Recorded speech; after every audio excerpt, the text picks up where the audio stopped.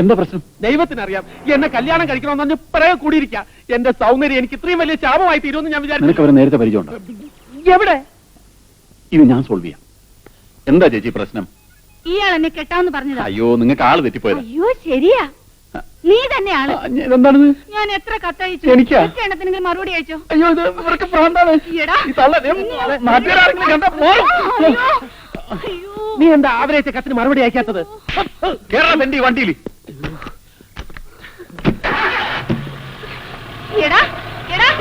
ആ ഭൂതനെ പേടിച്ച് ഓടി ഓടി എന്റെ പിന്നതയിൽ ഇളകി. സ്റ്റേഡിയത്തിന്റെ അവിടെ നിൽക്കാന്ന് പറഞ്ഞിട്ട് നീ എവിടെ പോയി കിടക്കായിരുന്നു?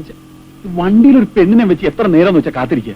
നിന്നെ കാണാതായപ്പോ ഞാൻ ഹോട്ടലിൽ ഒരു റൂം എടുത്തു. ഓഹോ, അമ്മയ്ക്ക് പ്രസവ വേദന, മോക്ക് വീണവായന. ഇവിടെ ഭ്രാന്തം പേപ്പട്ടിയുടെ കടിയും കൊണ്ട് ഓടും പോലെയാ ഞാൻ കിടന്ന് ഓടിയത്.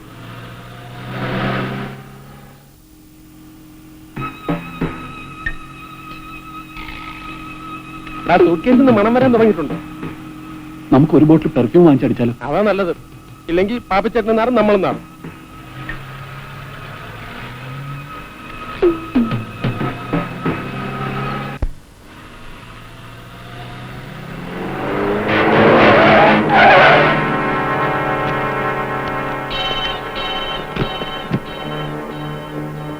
എവിടാ പണം? അയ്യോ, ഏത് പണം?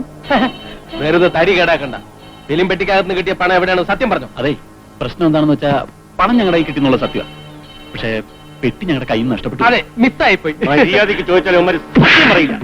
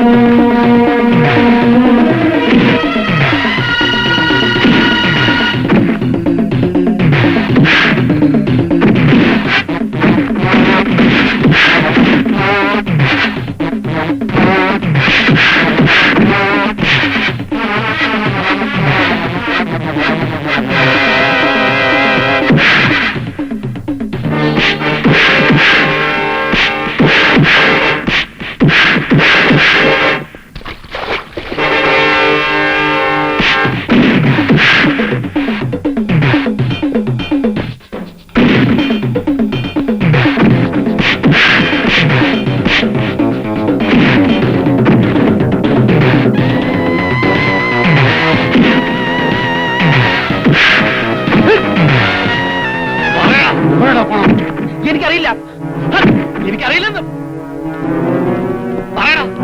വാനിനകത്ത് സൂട്ട്കേസിനകത്തുണ്ട്. നേരാണോടാ?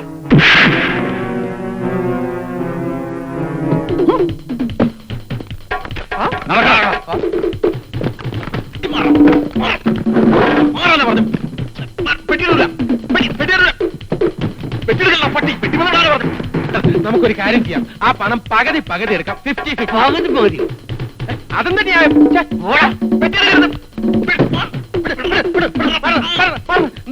നോക്കണം.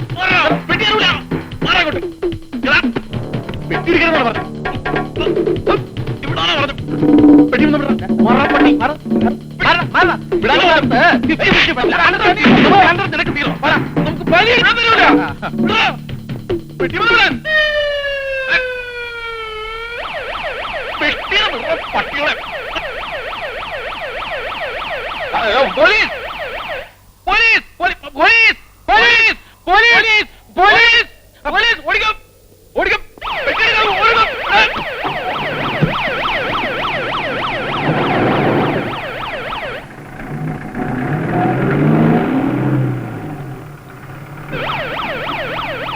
മതി, നിർത്ത്.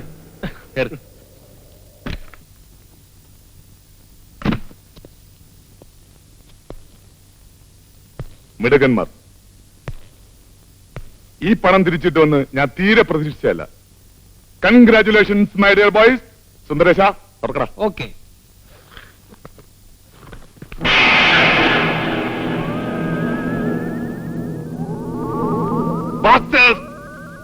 എന്താണ് കാണുന്നത്? ഇയാളെങ്ങനെ പെട്ടി കയറി കയറി ഇത് തീർന്നു നടക്കണേ കേട്ടാ.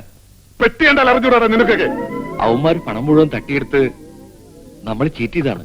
ഞങ്ങൾ വിചാരിച്ചു ശവമാണെന്നല്ലേ? എന്താണ് മാമനോടെ മെഡിക്കൽ കോളേജ് വല്ലതും തുടങ്ങാൻ പോണ്ട ശവം മേടിച്ച് സൂക്ഷിക്കാൻ? എന്തൊരു നാറ്റം മാമാ. നമുക്കിത് ഫോറൻസിക് സൈലന്റ് വാലിയിൽ അയച്ചു കൊടുത്ത് ടെസ്റ്റിംഗ് നടത്തിയാലോ? പാപ്പിച്ചേട്ടന്റെ ബോഡി കയ്യിൽ നിന്ന് പോയി എന്ന് കരുതി നമ്മൾ രക്ഷപ്പെട്ടിട്ടില്ല. ഡെഡ് ബോഡി എവിടെയെങ്കിലും പൊങ്ങിയാൽ നമ്മൾ ആകെ കുടുങ്ങും. തിയേറ്ററിൽ ഇക്കിളി കൂട്ടും പെണ്ണിന്റെ പ്രിന്റും നമ്മളെ കാണാനില്ല എന്ന് വരുമ്പോ തന്നെ സാമിയുടെ അടുത്ത് ആളിയല്ലോ. അവിടെ ഇല്ലാന്ന് അറിയുമ്പോ വീട്ടിലേക്ക് ആളയക്കും. പിന്നെ പാപ്പിച്ചേട്ടനെ കൂടെ കാണാനില്ല എന്ന് വരുമ്പോ പ്രശ്നമായ ഗുരുതരമാവും. അയ്യോ, വീട്ടിലാളിയെന്ന് എല്ലാരും അറിയും. സരിത അറിഞ്ഞാലുള്ള സ്ഥിതി നീ ഒന്ന് ആലോചിച്ച് നോക്കിയേ. അതിന് നമ്മൾ പാപ്പിച്ചേട്ടനെ കൊന്നിട്ടൊന്നുമില്ലല്ലോ. ഫിലിം പെട്ടിക്ക് അകത്തുനിന്ന് കിട്ടിയ രൂപ ഒളിപ്പിച്ചു വെച്ചു എന്നൊരു തെറ്റല്ലേ നമ്മൾ ചെയ്തിട്ടുള്ളൂ. ഏതായാലും സ്വാമിയുടെ ഡിസ്ട്രിബ്യൂഷൻ ഓഫീസ് വരെ നമുക്ക് പോയാലോ? അവിടുത്തെ സ്ഥിതി ഒന്ന് അന്വേഷിക്കാം. ചേട്ടാ, അത് കൂടുതൽ പുലിവാലാവൂലേ? നമുക്ക് പോയി നോക്കാം.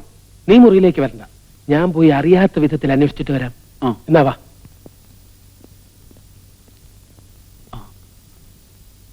I am sorry. ഈ ടെൻഷന്റെ ഇടയ്ക്ക് ഞാൻ സൂസന്റെ കാര്യം മറന്നു. എന്നെ ഹോട്ടലിൽ തന്നെ കൊണ്ടുവിട്ടുള്ളൂ. അങ്ങോട്ടല്ലാതെ എനിക്ക് വേറെ പോകാൻ ഇടമില്ല. ഇല്ല, ഇനി ഒരിക്കലും സൂസനെ ഞാൻ അങ്ങോട്ട് അയക്കില്ല. സൂസൻ എന്നും എന്നോടൊപ്പം ഉണ്ടായിരിക്കും.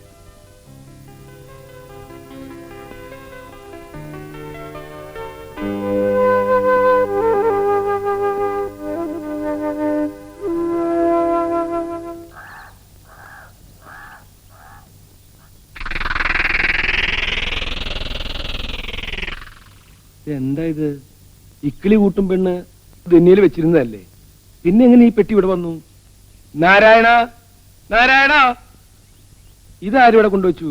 ഞാൻ കണ്ടില്ല സ്വാമി. കണ്ടില്ലെന്നോ? പിന്നെ ഇതെങ്ങനെ ഇവിടെ വന്നു? അല്ല, പെട്ടി വലുതാണല്ലോ. ഇനി സിനിമാസ്കോപ്പ് പടായിരിക്കോ? നീ ഇതൊന്ന് തുറന്നേ.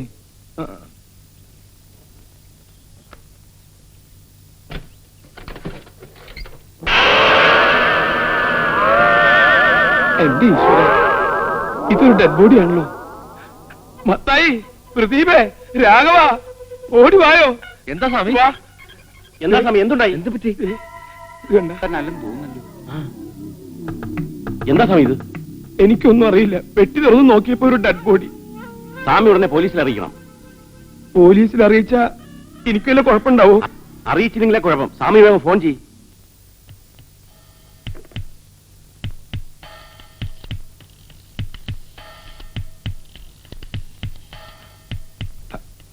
Hello, police station. നമുക്ക് ആദ്യം ഓഫീസിൽ ചെന്ന് നടന്നത് എന്താണെന്ന് സ്വാമിയോട് തുറന്നു പറയാം. എന്നിട്ട് ഇന്ന് തന്നെ ഈ വണ്ടി തിരികെ കൊടുക്കാം. ഇന്ന് തന്നെ തിരിച്ചു കൊടുക്കണോ?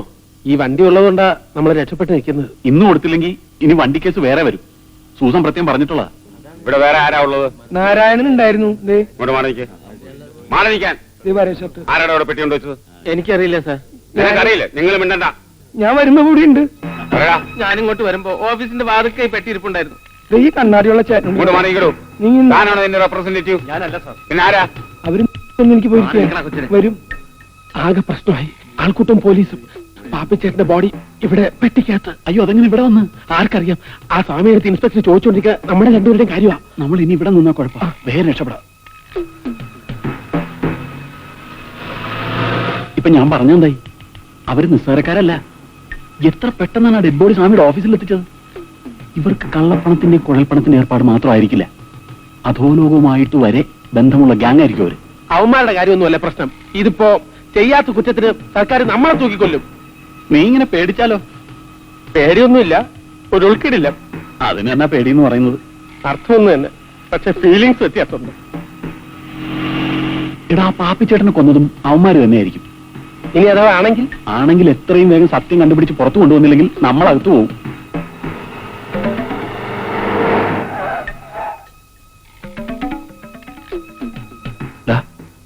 അവന്മാരല്ലേ അത്? അതെ. അപ്പൊ ഇത് തന്നെ ആയിരിക്കും അവന്മാരുടെ സങ്കേതം. നമുക്കൊന്നേന്ന് നോക്കിയാലോ? വേണ്ട, രണ്ടാളും കൂടി പോണ്ട. പിടിച്ച രണ്ടും അകത്താവും. ഞാൻ പതുക്കെ ചെന്ന് നോക്കാം. എന്തെങ്കിലും കുഴപ്പമുണ്ടായാൽ ഞാൻ ഓടി വരും. നീ വണ്ടി സ്റ്റാർട്ട് ചെയ്ത് നിർത്തിക്കോ. ദേ അമ്മാരുടെ കണ്ണിപ്പെടാതെ നോക്കണം. ഞാൻ സൂക്ഷിച്ചോളാം.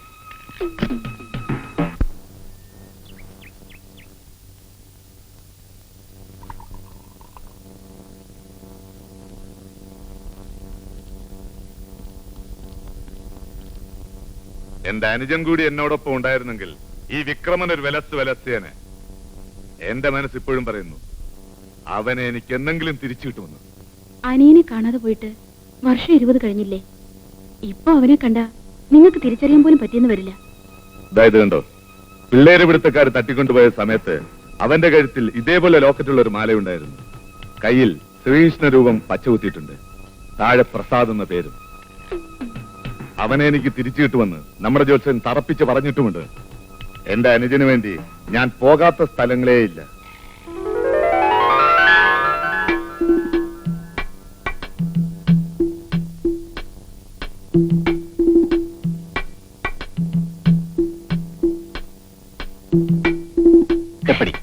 കലക്കി.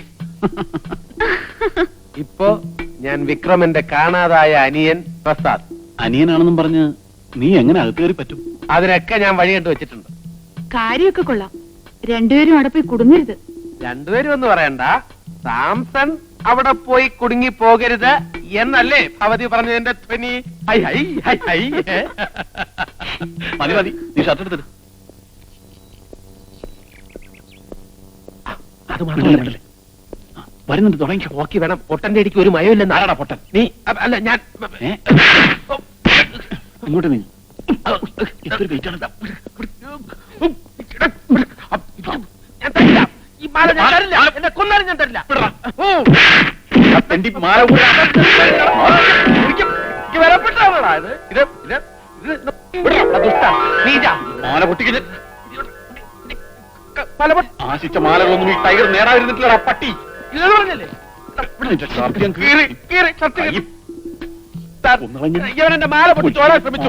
ഇവനെ പിടിച്ച് പോലീസിൽ ഏൽപ്പിക്കണം സാർ. Please sir. പോയി സാർ, ഓടിയവൻ.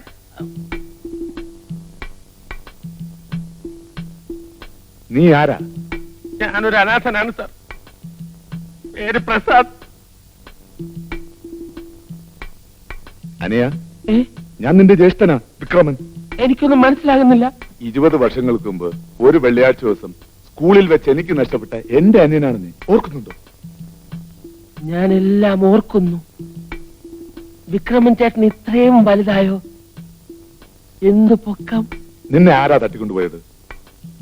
കിഡ്നി പിടുത്തക്കാര് കുട്ടികളെ തട്ടിക്കൊണ്ടുപോയി കിഡ്നി എടുത്ത് വിൽക്കുന്ന ഒരു സംഘമാണ് എന്നെ തട്ടിക്കൊണ്ടുപോയത്. അവർ എന്റെ കിഡ്നി എടുക്കാൻ നോക്കിയപ്പോ എന്റെ കിഡ്നിക്ക് പ്രായപൂർത്തിയായിട്ടില്ലെന്ന് പറഞ്ഞ് അവർ എന്നെ വെറുതെ വിട്ടു.